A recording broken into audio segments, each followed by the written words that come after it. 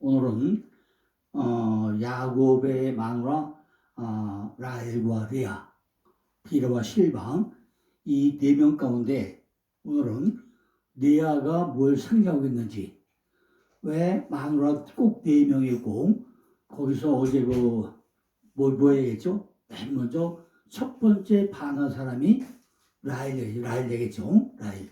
그런데 외삼촌하고 단판 져가지고 7일 동안 기다렸다가 7년 접수하고 밤이 되며 아침이 되니까 누가 누웠다고 했죠?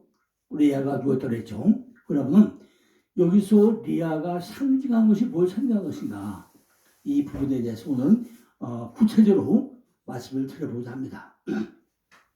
레아는 들소, 바로 구약교회 헛수고 이걸 상징하고 있는 얘기하고 됐죠.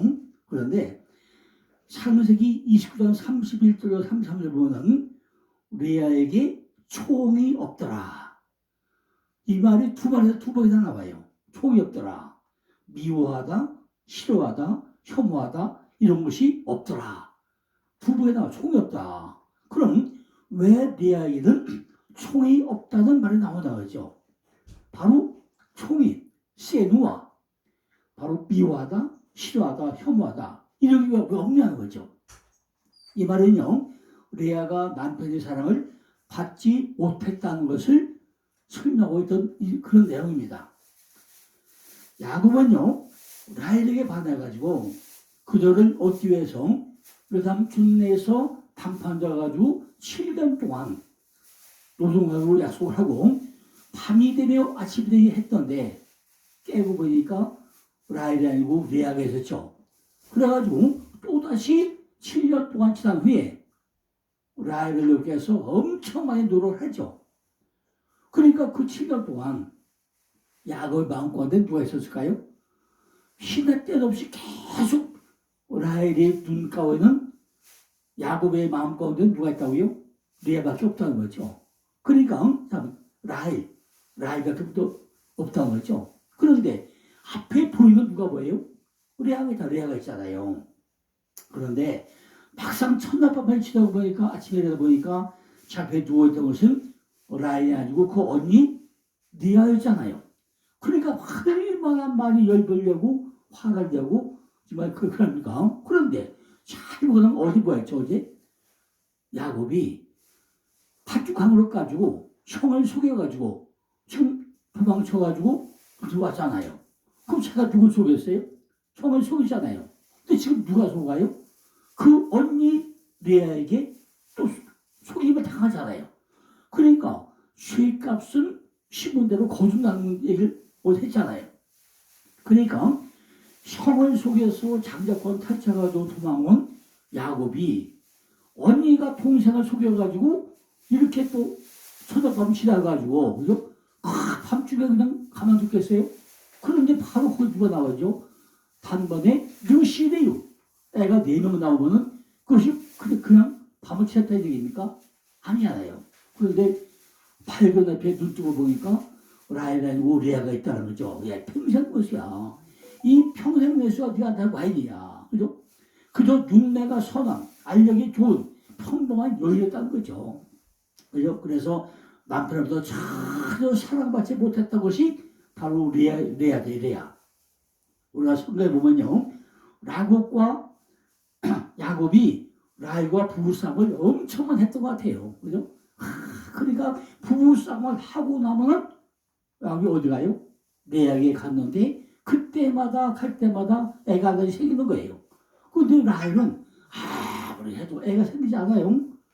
창세기 30장 1절로 2절이나 14절 10절을 보면 야곱이 라헬의 부부싸움 장면이 아주 청량하게 표현되어 나와요. 어디? 창세기 30장 1절로 2절 14절 11절을 보면 야곱과 라헬이 부부싸움이 청량하게 기록되어 있단 말이에요.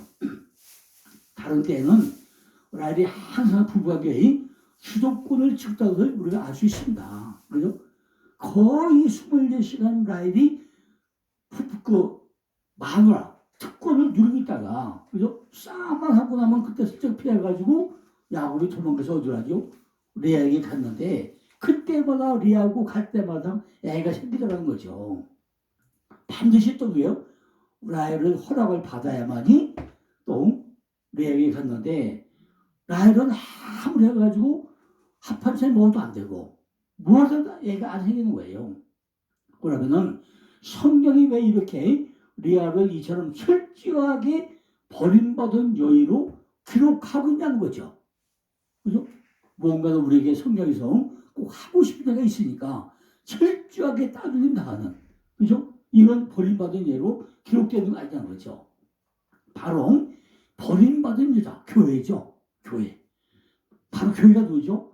교회에서 탄생하는 하나님의 아들, 메시아 예수를 설명하기 위한 거라죠. 그죠? 예수님은 레아의 아들 유다의 후손으로 나오죠. 그죠? 느시데유, 네 번째 아들 유다에서 예수가 나오잖아요. 근데 그 예수가 어떻게 하죠? 우리 인간들에게 철저하게 버림을 당해요. 레아가 이렇게 철저하게 버림받은 것처럼 예수님도 이 땅에 와가지고 철저하게 사도에 버림받고 멸치당하고 천잡고 살다가 결국은 십자가에 죽잖아요. 누구한테 죽어요? 이렇게 많은 사람들이 활동받지 못하고 와가지고 그 많은 사람들에게 마침내 약속의 후손인 교회를 탄생시킨 예수 그리스도를 십자가에 못 박아버리잖아요. 이거를 힘타고 있다는 거죠. 그러니까 르시레유 아들 4명을 낳아줘. 그 라헬에게서 완벽하게 그냥 핍박받는 그런 아내 리아. 그것은 예수 그리스도가 이 땅에 와서 우리들에게 핍박받는 그 상징하고 있기 때문에 여기 쓸다는 거죠. 리아가 멸시당한 것이나 예수님이 이 땅에 와서 천대 멸시당하거나 똑같은 사건을 비유해가지고 설명하기 위한 것입니다. 이렇게 약속의 후손을 탄생하는 예수의 족보에 등장하는 또 여기들 몇 명이에요? 예수의 족보에 몇 명 나오죠? 4명이 나와, 4명이. 그죠? 지금 레아를 설명하기 위해 가지고, 그죠? 지금 마태복음 족보에 여자를 또 4명을 기록돼 있어요. 철저하게 외면당하고 멸치당해서 여자 4명이 족보에 나와, 족보에. 아니, 원래 이스라엘 족보에는 남자만 실려지가 아닙니까? 근데 왜 여자가 4명이 왜 나오냐는 거죠. 그죠? 첫 번째가 타말의 타말. 타마르. 종려나무 똑바로 쏟아요. 잘 알잖아요. 유다의 며느리가 타말했잖아요. 유다가 누가 그러냈죠? 가나안 여자 수아라는 여도 그렇다 그랬어요. 수아. 본 맞는 집 딸. 그러니까 유다는요. 유다에서 메시아 족보가 나와야 되는데 그냥 이방인, 그죠? 돈 많은 여자, 부잣집 딸, 그 딸하고 결혼하지. 그 수아야, 수아. 그런데 거기서 누가 하죠? 엘과 오난과 셀라가 태어나잖아요. 그런데 이 엘의 마누라가 타말. 그런데 그 애를 낳는다고 설정을 하니까 한번 죽여버리잖아요. 두 번째 또 오난도 또 죽여버리죠. 실제 또 셀라는 너무 어리고 나니까 또 안 된다고 하죠. 그래서 결국은 신령이 보내잖아요. 그런데 그 타말이 똑바로 서다가 예수의 씨를 끊어먹게 생겼고 나니까 이 여자가 똑바로 서니까 누구한테요? 다시 유다에게 씨를 받아내는 사건이 바로 다말 사건 아닙니까? 다말은 우리들이 잘 아는 대로 유다의 며느리였죠. 바로 그죠? 그 남편이 바로 죽잖아요. 누가? 엘이 죽잖아요. 그죠? 다말이 참녀로 변형을 해가지고 그 시아버지를 유혹해서 거기서 씨를 받아내는 사건이 바로 유다와 다말 사건입니다. 이걸 잘 보고 나면요. 창세기 37장까지 쭉 오다가 37장에서 요셉을 딱 설명하고 나서 38장에 삽입구조에다가 유다와 다말을 놓고 39장에 다시 뭘 넘어가죠? 요셉이 밖으로 넘어가요. 이것이 삽입과 삽입. 만약에 다말이 똑바로 쓰지 않고 났다면은 성경은 그게 끝나고 말아요. 왜? 씨가 없으니까. 하나님의 씨는 이미 끝나고 말아요. 그런데 타마르가 똑바로 서다가 시아버지의 씨를 받아내므로 인해 가지고 거기서 바로 예수의 족보가 이웃세라 계입니다. 그리고 임신에도 누가 대응하죠? 창녀로 임신을 변경을 해가지고 시아버지한테 씨를 받아내가지고 페레스다 펼치고 나오다 터치고 나오다 또 셀라고 씨가 나오죠. 비침 낮아짐 보면 쌍둥이를 나요. 그 후손에서 다윗이 나오고 예수가 나오더라 계입니다. 이 이야기는 엉탕한 며느리 다말에 의한 유다의 공변을 받은 이야기가 아니라 한 여인의 희생으로 하나님의 언약이 라인에 이어지는 작은 십자가 사건을 상징하고 있다는 것입니다. 예수님이 이 땅에 와서 이렇게 희생함으로 인해서 다말이 똑바로 서다가 희생함으로 인해서 거기서 예수 족보가 나와가지고 그죠? 시의 족보가 이어지는 사건, 한 여인의 희생으로 인해 가지고 하나님의 언약의 라인에 이어지는 작은 십자가를 지금 그리고 있다는 거죠. 이렇게 철저하게 버려지고 구겨진 한 여인에게 하나님이 그 길에 인해 가지고 그녀에게서 약속의 후손 조상이 태어나고 있다는 것입니다. 이것이 바로 레아의 그림과 똑같이 합해지는 그 설명이라는 것입니다. 두 번째는 누구죠? 바로 기생 라합이죠. 그죠? 여호수아 2장 2절 살펴보면 기생 라합이 자기 성벽 위에다가 빨간 줄을 내리고 그죠? 여호수아의 두 정탐꾼 다 살려주려 해가지고 그죠? 이 역사가 일어나는 거 아닙니까? 라합은 기생했죠. 당시의 기생은요 몸을 펴는 여인이었으므로 창녀라고 하는데 그죠? 창녀 라합에도 무방하다고 했죠. 그자는 조국을 배반하고 소보다로 어떤 여호와를 택했다는 거예요. 그죠? 그러니까 죽을 각오하고 여호와를 택한 자. 그리고 열국왕 진멸될 때 혼자 살아남는 여인도 있죠. 그 창녀 라합이 바로 보아스, 민첩하다. 그 어머니가 바로 라합이죠. 예수의 조서로 등을하죠. 보아스에게서 누가 나오죠? 오벳과 이세와 다윗이 나오지 않습니까? 그죠? 이렇게 돌에 맞아 죽을 여자, 그 창녀에서 나와요. 그죠? 이것이 기생 라합의 사건인데, 이리로 잘 아다시피 창문에 붉은 줄을 내려가지고 여리고의 완벽한 멸망에서 벗어나게 만든 여자. 이 여자가 바로 죽을 까고 만든 여자. 예수님이 우리에게 죽을 까고 와가지고 죽었다고 살려낸 사건. 이거와 똑같이 하나의 사건을 이루고 있다는 것입니다. 세 번째는 누구죠? 룻께서의 룻이야, 룻은 우정이야, 우정. 역시 룻이 이방 여자였죠. 그녀는 모압 사람으로 베들레헴에서 이별은 나오미의 며느리죠. 우리가 룻께서 너무 잘 알잖아요. 나오미, 나의 기쁨이요 기뻐하는 자. 나오미가 그 남편 엘리멜렉, 하나님은 왕이다. 두 아들인데 하나는 말론이고 하나는 기론이에요. 말론은 평정하고 기론은 적당히 시간되고 하는데 말론의 마누라가 루시고 우정이고 기론의 마누라가 오르바 사슴이고 이 두 여자가 있는데 나중에 유다 땅 베들레헴에서 흉년 들어가지고 모압 지방에 내려왔는데 그죠? 전부 다 거기 먹고 살때 우리가 다시 돌아오려고 맘먹으니까 루시 말하죠. 어머니 하나님이 내 하나님이요. 어머니 거기에 내가 가겠고 다 달라붙어요. 여기서 하나님은 네 가지 사건이 이루어지죠. 나오미가 세상으로 갔다 돌아오려고 하니까 하나님은 나오미에게 네 가지 보여줘야 하나는 철저히 돕는 자, 무엇을 붙이죠. 두 번째는 때를 잘 만나요. 그죠? 때를 잘 만나요. 고리사 추수 때를 만나요. 이때는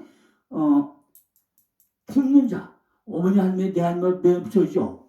맞은 먹고 남나보 이렇게 네 가지 복을 주는데 그 며느리 이방 여자가 들어와서 그 유다시 보아스하고 결혼을 하고 해서 예수의 조상이 되는 사건이 바로 룻기서 사건이잖아요. 이렇게 역시 사람에게 사랑받지 못하고 철저하게 외면당했던 한 여인, 남편이 죽고 홀로 남았던 그죠? 나오미와 룻을 통해서 거기서 누가 나와요? 예수의 씨가 잉태돼가지고 그죠? 나오는 예수의 후손을 잉태하는 이런 모습이 다 레아와 똑같다는 거죠.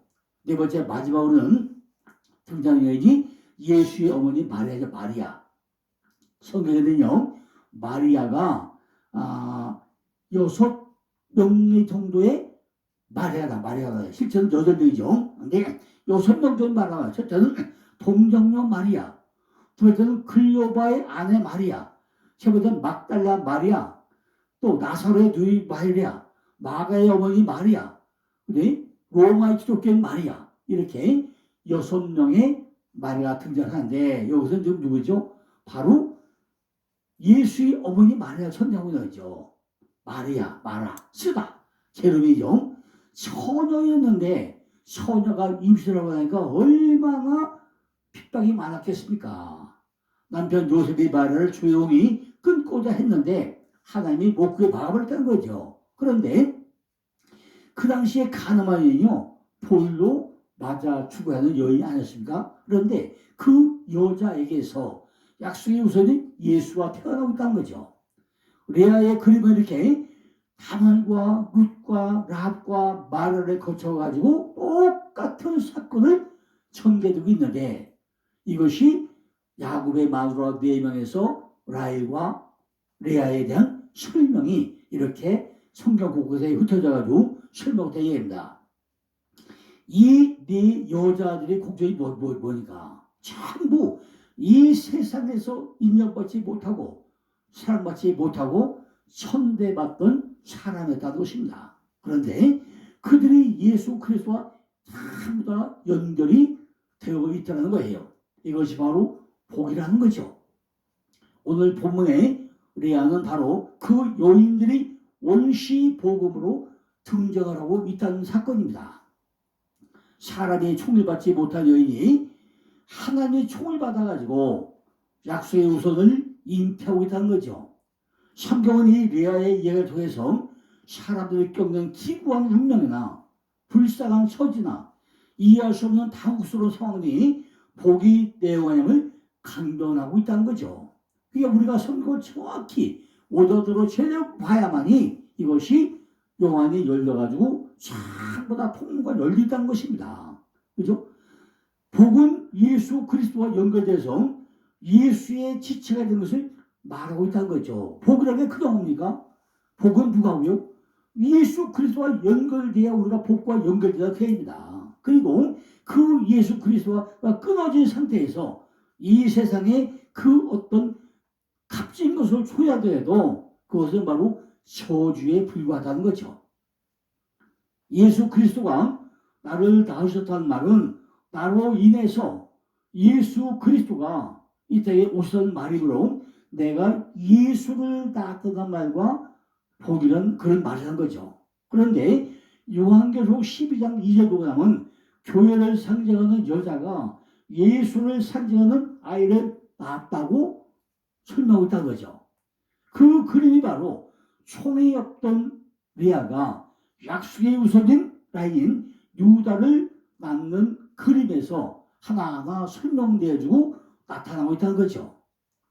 그렇게 사람이 죽어 입지 못한 레아가 하나님의 금유를 입어가지고 12조의 또 무덤에 묻히게 됩니다. 12조의 무덤에 묻혀요.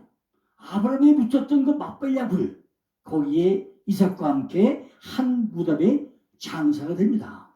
그리고 야곱도 마지막에 막발야굴에 묻히게 되죠.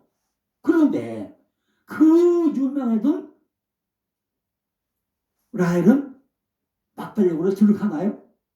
못 들어가죠. 어제 얘기한 대로 그 베들레헴 길가, 그죠? 베들레헴 길가 뭐가 보이는 거?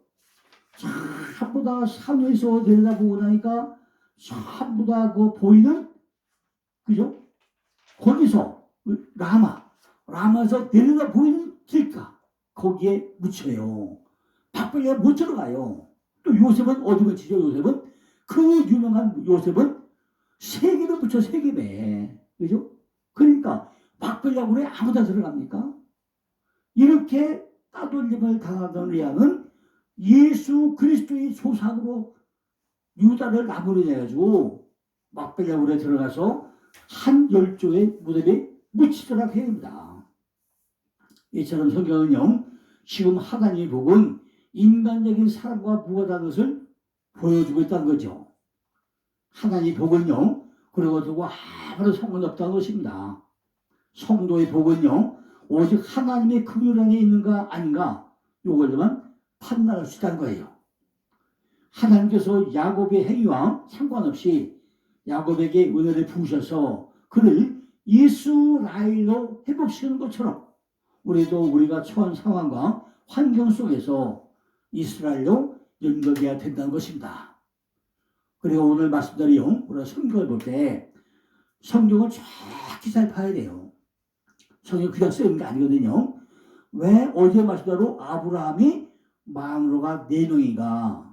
첫 번째는 우리가 토론 단계, 사례 단계로 했죠. 이럴 내 안에 뭐가 들어야 돼요? 말씀의 씨가, 하나님의 성령의 씨가 들어와가지고 이것이 잉태가 돼야만이 생명이 들어와야만이 내가 바뀌어요. 그런데 내 안에 씨가 들어 다 바뀝니까? 예수 믿다 보고 나면요, 언제 또 새도 빠져. 하가같이 막 도망다니고 별짓 따고 다녀요. 그러다 마지막에 뭐가 되죠? 그들하는 게 하나 되는 단계가 하는데, 야곱도 지금 라헬과 리아, 야곱은 어디 그 사람 일생 동안 누구만 살아보고 살았어요? 라헬만 바라보고 살았어. 그런데 리아는 총이 없더라. 사랑받지 못했어요. 근데 누구한테 사랑받죠? 하나님의 사랑받는데 그 모형이 바로 예수 그리스도가 이 땅에 와서 우리에게 사랑받지 못하고 천대받다가 결국 우리들을 위해서 십자가 달리는 그 모습을 지금 누굴 통해서요?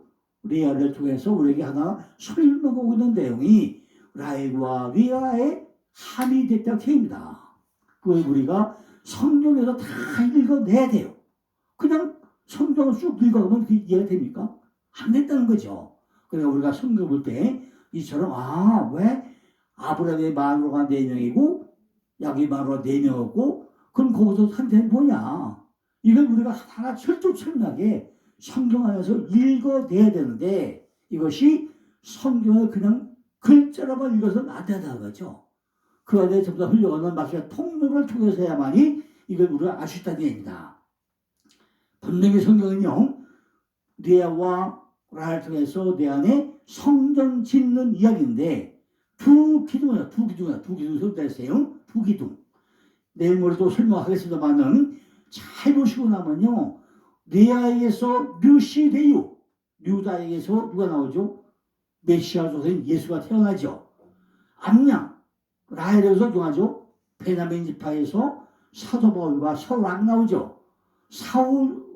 사도 바울에서 한 축이 이루어지고 유다에서 예수가 나와가지고 한 쌍이 이루어져요. 그죠?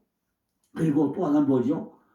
그 레위 지파에서 이스라엘 48군데 제사장이 나오고 에브라임과 므낫세가 남유다 북이스라엘 전체 다스리고 그래서 두 기둥이 이루어진 사건이 바로 리아와 라헬 사건이고 이것이 우리에게 성경을 설명하는 기둥이 된다는 얘기입니다. 자, 오늘은요 여기까지 또 말씀드리고 내일은요 이제 리아와 라헬 그리고 야곱의 삶이 어떻게 돼가지고 풍성한 한 나라를 여시는가 이 부분에 대해서 또 내일 또 설명을 드리겠습니다. 감사합니다.